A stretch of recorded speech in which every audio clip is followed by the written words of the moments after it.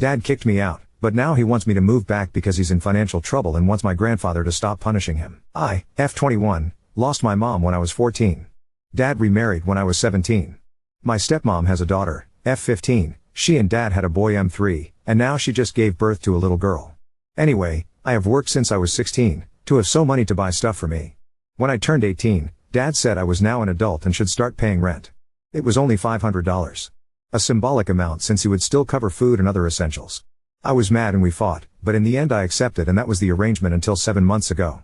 Dad came to me saying I had 2 months to move out, stepmom was pregnant and they would need my room for the baby. Which is insane because they both have private offices. My stepmom doesn't even need one since she's a SOM since the birth of my baby brother. Nonetheless they told me I had to move.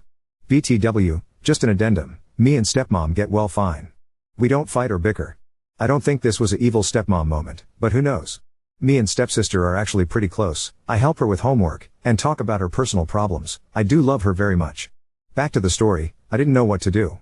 I'm going to a college, I want to be a civil engineer, and work part-time. I don't have the means to live by myself. I called my aunt, asking if I could move in with her for the time being, until I figured something out, offered to pay rent and all. She was aghast at what dad was doing. She said I absolutely could live with her, no rent needed, but also said she was going to deal with my dad. The next day grandpa came to our house, and they talked privately. I could hear my dad's angry voice, but couldn't understand anything being said. After a while grandpa came to my room and said I had 3 choices. The first was continue living with dad and stepmom like I was doing, nothing would change except without paying rent.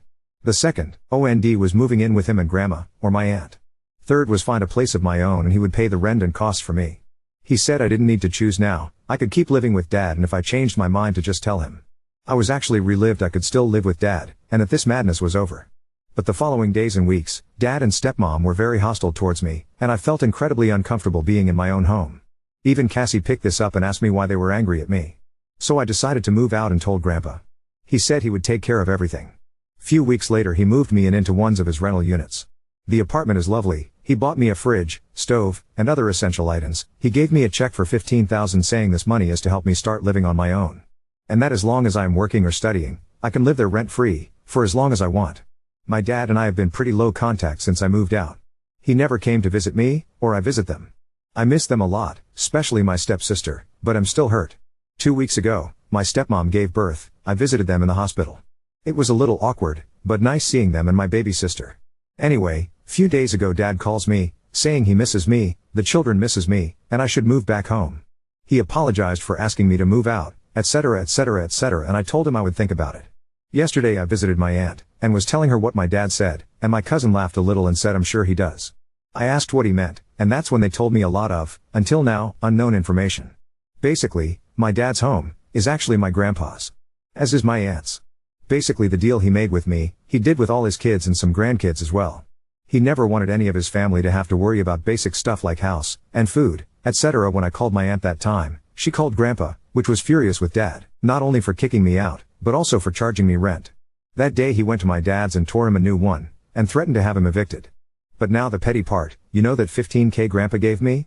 It's actually what I paid dad in rent all that time. And now he's making dad pay him back. Also, he's charging dad $1,200 for the rent loss in apartment I'm living in. Call me dumb, or naive, but until now, I never realized my dad didn't make that much money. We lived in a great house, always went on vacations, and lived very comfortable lives, but I guess grandpa has always been helping behind the scenes. Now my cousin thinks dad is struggling, with 3 kids at home, a single income, and having to pay it back to grandpa. So he says dad wants me back, because he imagines grandpa will stop punishing him if I'm back living with him. Honestly, I don't know what to do. I'm actually loving living on my own these past 6 months. But I do really miss them, I miss my siblings. I miss the life we had before all of this, but I don't know if moving back home is the right answer, and also, I'm hurt the reason he wants me back is money. Update 1. I was so overwhelmed by the support you gave me. Thanks 1,000 times. Before, just answering some questions people had. My aunt and grandpa are from my father's side of the family. My mom's side, unfortunately, I don't have much contact. My grandparents have passed away before mom. I have uncles and aunts, I see once in a while, but they don't live close. I also have 2 other uncles from my father's side, I'm close to them, but not as near my aunt. She was my rock when mom died. I consider her a second mom. My stepmom knew about the rent I was paying, it was implied stepsister would need to do the same when she turned 18. But I don't know if she knew dad didn't own the house, or the extent of how much grandpa has financially helped dad. To the update, Monday, the day after my post, I called Dad and said I decided to not move CK. I didn't mention anything I was told, just that was well settled here, and moving back seemed like a step back. But I also said I wanted to keep in contact with them. They could invite me for dinner whenever they wanted, and I also said I would love for my stepsister and brother to be able to spend time with me here at home. He was disappointed, and I didn't feel any angriness in his tone at least. But he basically said a we'll see and left at that. I was also disappointed. But then Friday he called me, asked me if I wanted to have lunch Sunday. Today, I said I already had plans with Grandpa and Grandma. He asked when I would be free. So we scheduled a dinner for Thursday. I haven't told any of this to my stepsister. We talk and text regularly. She also haven't heard they talking about me. But she did say her grandma, her mom's mom, is there to help with the baby and is being incredibly annoying. I laughed at that. I wanted to offer her to sleep over here, but didn't want to get her excited just for Dad to say no, so I'll try talk with them Thursday. The big update is I've just came back from visiting Grandpa and Grandma. We spent a lovely day together. But I also said I wanted to know everything that was going on. I wasn't a kid anymore and I felt like living in lies. The most important things were things my cousin and aunt told me last week. But there were a few more. Grandpa had been subsidizing quite often our basic needs, like school, healthcare, etc. Because Dad haven't 1 cent saved up according to Grandpa. Also my college fund was mainly contributed by him, and Mom before her passing. I guess that makes sense. I was also dumb to not realize this sooner. He also have set up funds for my baby siblings. And also one for my stepsister. Because he didn't want her to feel excluded and not have the same opportunities as her siblings. This man is incredible. I love him so much. And yes, I'm very lucky. I've seen so many people commenting this, not in a derogatory way, but being very supportive and nice. I know I'm very privileged to have grandparents and family members who can afford and are willing to help me. I hope one day I can help others the way they are helping me. Anyways, I also expressed worries about Dad's financial situation. And he assured me Dad is fine, more than fine. He will have to be less frivolous with money for a while, but that he would never let any of his kids or grandkids to suffer, or be in the need for anything. As many of you said, he's trying to teach Dad a lesson I should have taught him a long time ago. So I'll stay out of it. I don't think I'll tell Dad that I know all of this.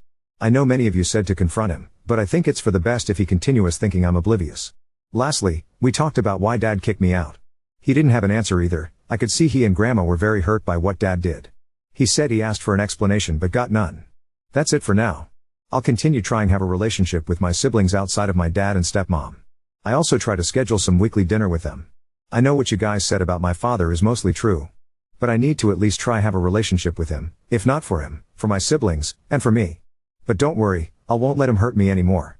I hope things go well for you. There isn't much of an update, but some people message me asking about how was the dinner. So last Thursday I went there after work. Gosh. I missed my siblings so much. And I spend majority of the time with them. My baby brother is not a baby anymore, he have grown so much. My baby sister is so cute. I could eat her alive. I never want to be apart from them anymore, doesn't matter what happens.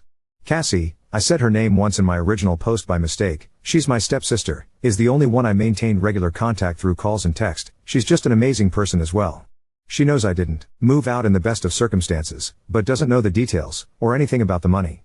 I asked if she wanted to have a sleepover at my house sometime, and she was thrilled. If I hadn't stopped her, she would have started packing at that second. My stepmom's mom was still there to help with the baby.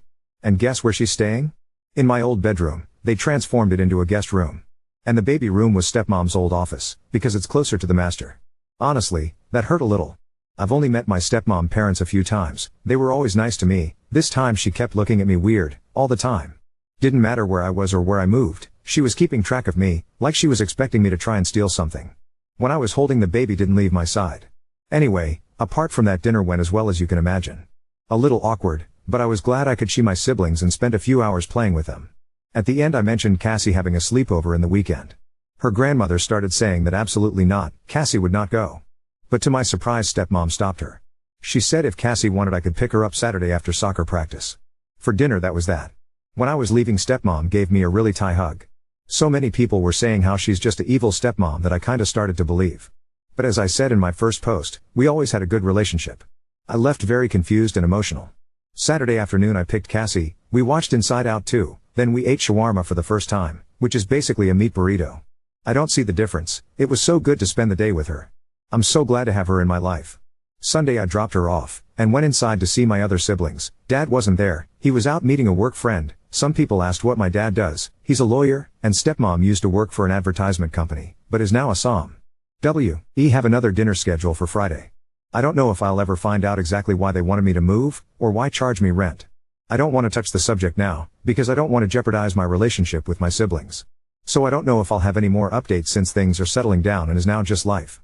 But if I find out in the future, I'll update. You guys have been incredible. Thanks so much for all the words of kindness and support you gave me. Talking it out and then reading your replies have helped immensely. I also took people's suggestions and do therapy, and this Friday will be my first session. Update 2. So things blew up a little, and I don't even know where to start. I still haven't processed everything I've been told. Since my last update, things have been normal, from my side. I had another dinner with my parents the Friday before last. Stepmom's mom, who I'll call Ebby, meaning evil bitch, spoilers, was still giving me the dirty eye, but I ignored her. I had scheduled dinner with them for last Friday, and I was talking to them about taking my little brother to the park yesterday, but Wednesday my dad called me asking if I could instead postpone dinner, and instead go to Grandpa's on Saturday because he needed to talk with the whole family. Meanwhile I had been talking to Cassie and she's been telling me stepmom, I'll call her Shtay, and Ebby have been fighting a lot.